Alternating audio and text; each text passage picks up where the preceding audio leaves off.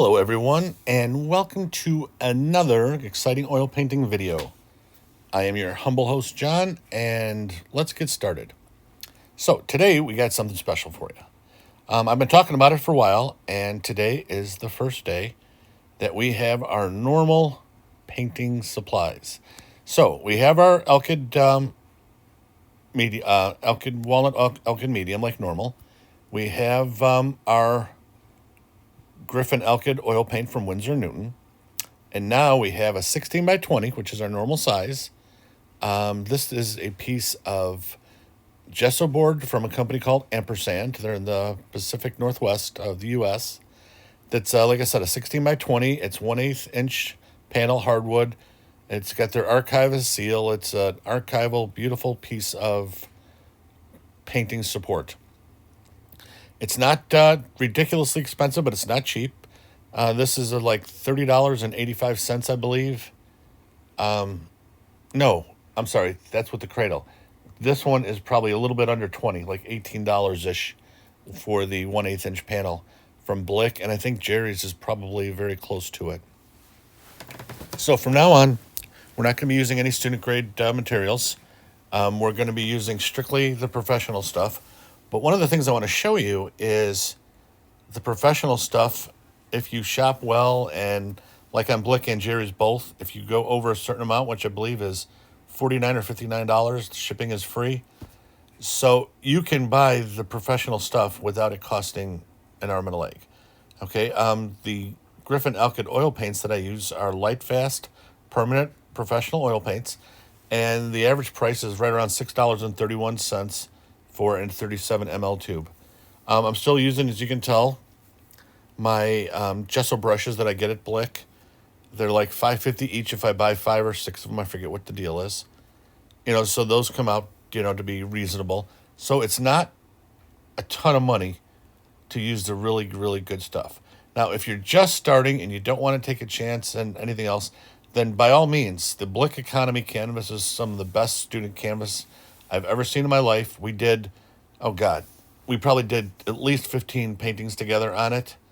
And it's a great canvas. I think it's like a 5-pack or a 6-pack, I forget which, but it comes out to like $2.80 a piece or $3.80 or something like that. So it's real inexpensive if you really want to go there and you're not sure you want to try anything that's, professional status.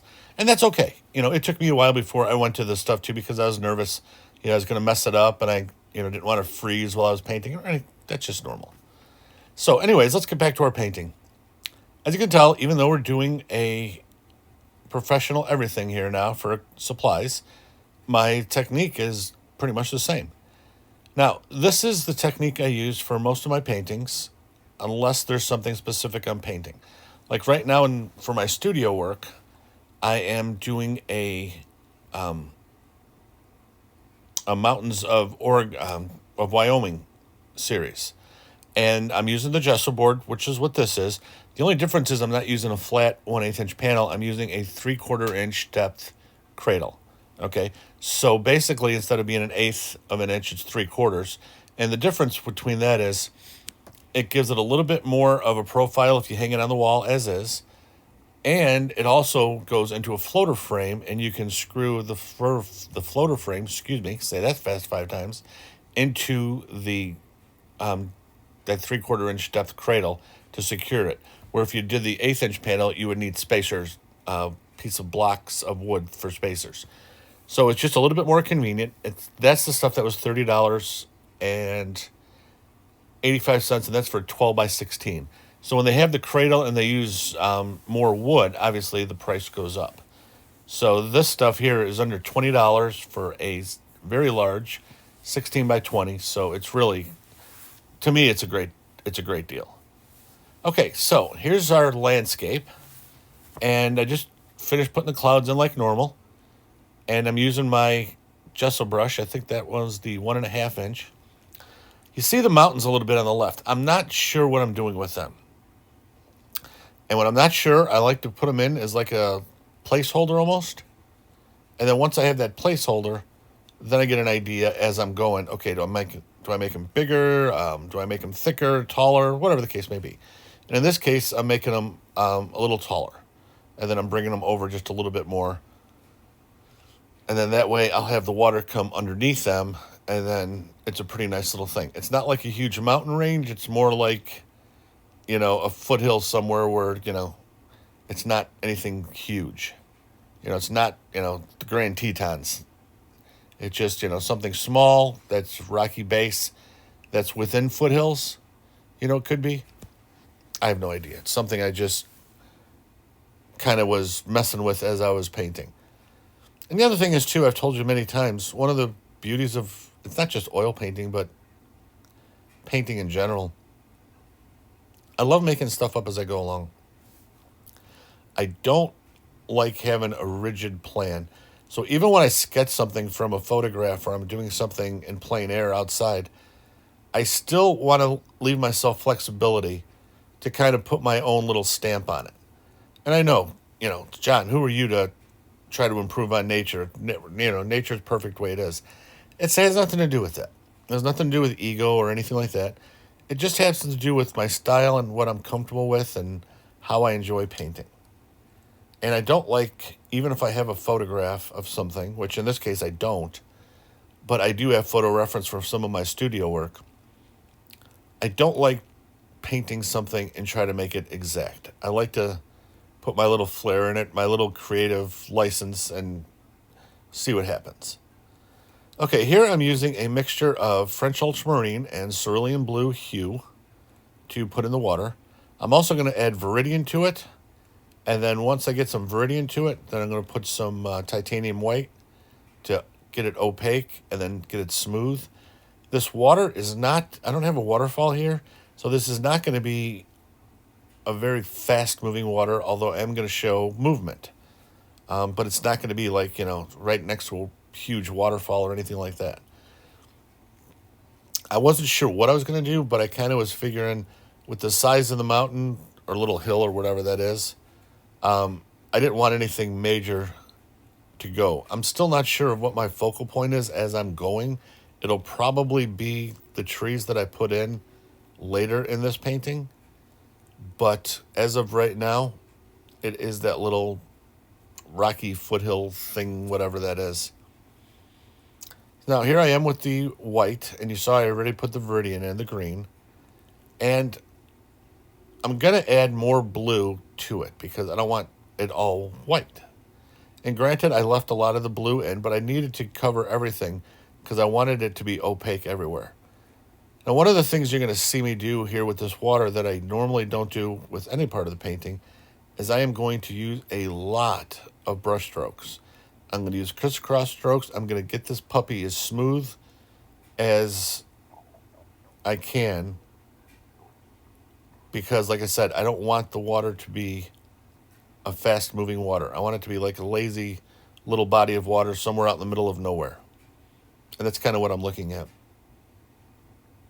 And that's why you're going to see me doing a ton of back and forth horizontal strokes. I'm using the same 1.5-inch bristle brush, the gesso brush. And for some reason, this is a newer brush. Actually, I think it's brand new. I just opened it for this painting. So that's why I'm shedding all those damn bristles. For some reason, when you have a new brush, a lot of times you'll shed bristles a little bit more than you will after you've used it for a little while. I'm guessing when it was made, some of them weren't secured in as well, and those are the ones that are coming out. I have no idea. But usually when I get a new brush, especially these gesso brushes that are not ridiculously expensive, I start losing bristles. Okay, now this green is a mixture of Alizarin Crimson, permanent Alizarin Crimson, a little bit of Viridian, quite a bit of Viridian, and a little bit of burnt umber. And that's what I'm kind of doing for the land as its base. And then I'm going to go right into the water. I'm not trying to be gentle or nothing. I want all the colors to blend together. And then I'll separate it with my palette knife and flowers, towards the end. But I like having the water and the land kind of have a nice smooth transition. Depending on the type of water and where it's at, you could have a hard edge. But in this particular instance, I wanted it, one kind of melting right into the other. Okay, now I'm going to put in my mid-ground grass. It's not even going to be anywhere near that when I'm done with the painting. But that's just to get all the real thin stuff from my initial sketch out and starting with the opaque paint. If you notice, I have not highlighted the water yet. That's because I'm going to be doing a lot of work in areas that I would possibly mess it up. My background trees, I'm going to highlight. I'm going to use Cadmium Yellow Light Hue, but I'm going to use a small amount of it so I can get a highlight, but it's not going to be, in your face bright. It's going to be, it's going to give it a nice, I don't want to say glow or anything else, but it's going to give it a nice highlight. Now, these mountains, when I'm highlighting, I'm using a new knife I bought, a pack of 3 that I just bought from Blick. Probably about 2 weeks ago. I'm trying out. And I like them. They're very nice. I forget the name of them, but they were made specially for Blick, and I kind of like them. So I'm using those 3 knives in this painting. I got a small, medium, and large, the same kind of diamond pattern. And I'm just experimenting. I usually don't do that with my mountains, but I'm just experimenting to see what effects I like, what I don't like, and kind of going from there. I like the roughness of the blade, but I like to have a little bit more control. So you're going to see I'm not going to overwork it, but I am going to work this little rocky area quite a bit. I'm putting in, some of the shadows now, which is basically a little bit of titanium white plus French ultramarine. And there I'm just it's hard to tell in the video there, but when I was doing those horizontal strokes like that, I was going very lightly. I just wanted to make it a little bit smoother, okay? I'm actually going to take out a decent amount of this highlight when I start putting the pine trees, in front of it. So right now I'm just putting it in because I don't know where they're going. But once I get the trees started, then I'll take a palette knife and scrape out all the thick paint so I can go right up through it. And the reason I do that is, especially because there's so much white and I'm going to be putting the trees in really dark, it's just going to take an extra lot of paint just to darken it up because the white will blend with it. And that's all it is. It just makes it a lot easier if I scrape out certain areas. As you can see, the way it is looks pretty nice with the highlights and stuff. But now I'm going to use my fan brush with an overhead grip, which is a nice loose grip. And I'm going to I'm going to make them less rigid, a little bit more random. And then I'm going to use the palette knife to finish them and give it its last this is the way I want them to look type of thing. Right now I'm using Payne's Gray with the fan brush just to reestablish some dark shadow areas. The initial lines from the sketch are gone now, so the little rocks there are pretty good as far as being with opaque paint and stuff. Okay, so now what I'm doing is I'm using my knife, but I'm tapping it instead of stroking it, okay? And I found this technique works really well with grass, and it works very well with trees, and it works very well with highlights, as you can tell. The highlight looks a little bit more realistic to me anyways when I'm tapping those in with my titanium white. I really like the way they look. And when I do some bigger mountains, possibly our next video next Sunday. Nope, next Sunday I got a show. So next Monday, maybe. At that point in time, I may try to do the knife like this on a much larger mountain. But everything in oil painting and watercolor and acrylics and gouache and everything else, you experiment. You see what you like, what you don't like, and you just go from there. Retain what you like, get rid of what you don't. Okay, this is just taking straight Cadmium Yellow Light Hue, And the reason I keep stressing, well, it's not that I'm stressing it, that's actually the name of the color with the hue at the end. And basically what that means is the synthetic version of the cad yellow light. Okay, so cadmium is a very harsh, toxic mineral. And the hue is a synthetic version that's not toxic.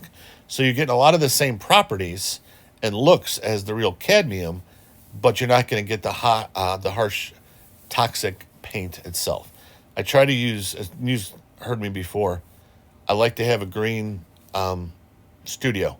So one of the things I do is my paint, I make sure the colors that I choose are non-toxic and they're not harmful to breathe in or anything like that. And granted, you know, I got a 37 ml tube of, even if let's say it was a regular cadmium color, you know, you got to almost, forgive me, snort it to have it, you know, really hurt you. But it's more for small animals and small children. They're going to be a lot more susceptible to that than a full adult man or woman. Now, that doesn't mean that you can just be careless if you're an adult with anything that's toxic. You know, you should still make sure it's well ventilated. You got air moving around, stuff like that. Maybe have a little fan on that blows air by you so you're not breathing that in constantly. You know, but it's not the type of thing where, you know, take 3 breaths and, you know, make sure your will is made out. It's nothing like that.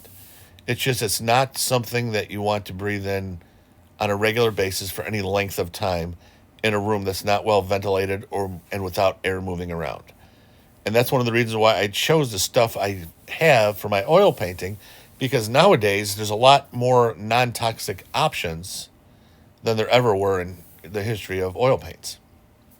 Okay, now you saw the way I used the palette knife. And you're going to see another time in right here now. I'm not scraping a lot off, just where I'm going to put those trees. Okay? And like I said, the reason I'm doing it is because it'll go down and cover the first time, and it won't blend with that white that's already thick and still wet. So I could have done it 2 ways. I could have just let everything dry overnight and hit it again tomorrow evening, or I can finish it a la prima like I normally do and just get rid of that stuff. And that's what I chose to do. So now, one of the things I want to check out, I want you to check out, look where I highlighted the background trees. Now remember, I told you that was not going to be anything in your face. So a lot of it is very subtle, except for the real middle there. And that was just coincidence where I did it. But if you look under those trees and the top of where the little hills are, you're going to see that it's still the same stuff as it was before, and I'm not covering it. And that's what's going to give it depth. It's like it's into a deep, dense forest. And you want to make sure when you've got darks and lights, you don't cover all the darks with your lights, you don't cover all the darks with your lights. Wow, say that fast 5 times. It's just a good way to get depth and even mood into your paintings. Okay, speaking of depth and mood, you notice how I highlighted everything from, let's say, just off center right all the way left, and then the ones on the right, I haven't. I'm going to highlight those a little bit. However, they're going to be much, much more subtle than what I'm doing right now. So what you saw me do is I put on the real thick paint that was real dark. Then you saw me use the same brush to add my Cad Yellow Light Hue. Now I'm using the palette knife to give it more of a tree shape and more character, a little bit more interest than just the edge of a brush. And this is that tapping motion that I was telling you about, which is very similar to the way I did the hills. And if you look how cool, I don't know what kind of monitor you're looking at or whatever, but if you can, you know, stop it and zoom in or whatever, you're going to see the real nice foliage style marks that knife makes when you do that tapping like I was doing.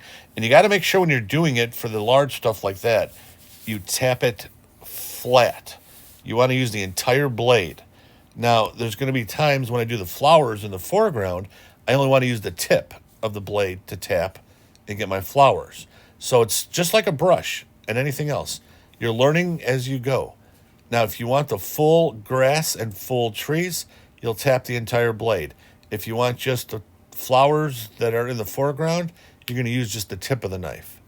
So it's whatever is comfortable for you. And honestly, that is the key to creating art when you're painting. I mean, drawing too and stuff like that, but when you're painting, you need to push out of your comfort zone at times. But when you're learning, your best friend is your comfort zone. I don't care if you do the same painting 30 straight times. That's fine. You're going to learn something new every time, and one day it's going to look exactly the way you want it. And you've learned a wealth of information from every time you've done it. So if you do the same scene 30 straight times, you're going to have 30 different paintings, because it's impossible to duplicate the painting identical. It's impossible to do. And then you're going to find what you like, what you don't like, what works, what doesn't work. You're going to know which way to hold a brush to get an effect you like, all kinds of stuff.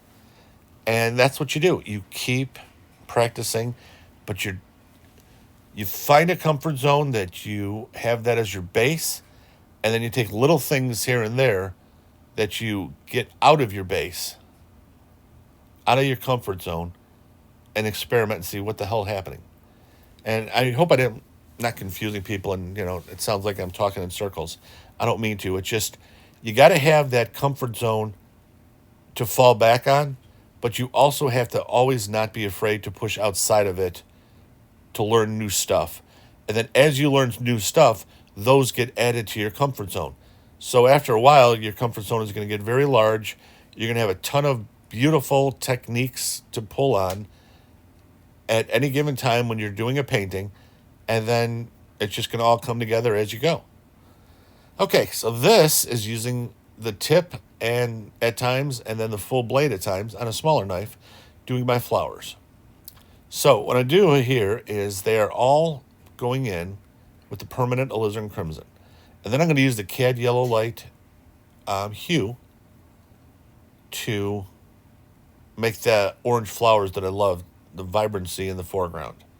Now, what you see me doing here, I'm going to add the yellow to that too, and then it's going to be some more in the midground. But I want to make sure that I put those Alizarin Crimson flowers in multiple areas. Okay, I don't want it to look like it's just on the riverbank. Whenever you add in different colors, I've said that, I know I've said this before in other paintings, you want to introduce it in a second place at least. And that way it doesn't look like it's only growing in this one little area, and it doesn't look natural that way. Where this way, you're going to see these red/yellow/orange flowers in multiple areas, and it just looks like this whole area is thriving with these types of flowers. And that's kind of the whole thing. You just want it, you don't want your eye or the viewer's eye to say, uh-oh, there's something not right. And so you try to make things as soft and as balanced. And for me, my paintings like to be as peaceful as possible. Now, one of the things I want to show you that you may or may not be able to catch from the other videos that I've done is look how deep and vibrant the colors are, even the darks. The surface matters. Now, I told you the economy stretch canvas from Blick, I think, is some of the best student grade that I've ever used. Okay, it's a light canvas. It's not a real heavy-duty one, but the bars aren't warped, the stretcher bars. The canvas itself is gessoed correctly, and it takes the paint real well. But it has an absorption to it, like most canvases do, unless you oil prime them, and those are not.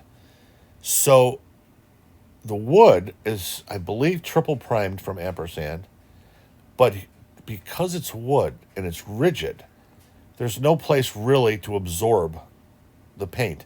So it stands on top of the surface a lot more so than most painting supports. And that's one of the reasons why you look and see these rich, deep colors. It's the same colors, same paint, same style, same everything that I've been using. But what's nice about it is the colors have that real rich and deep look to them. So anyways, I hope you enjoyed this painting. And I will be using the Gessobord from now on. I've got 3 more 16 by 20s that I had purchased for my YouTube videos exclusively. So I hope everybody has a great work week, and I will talk to you later.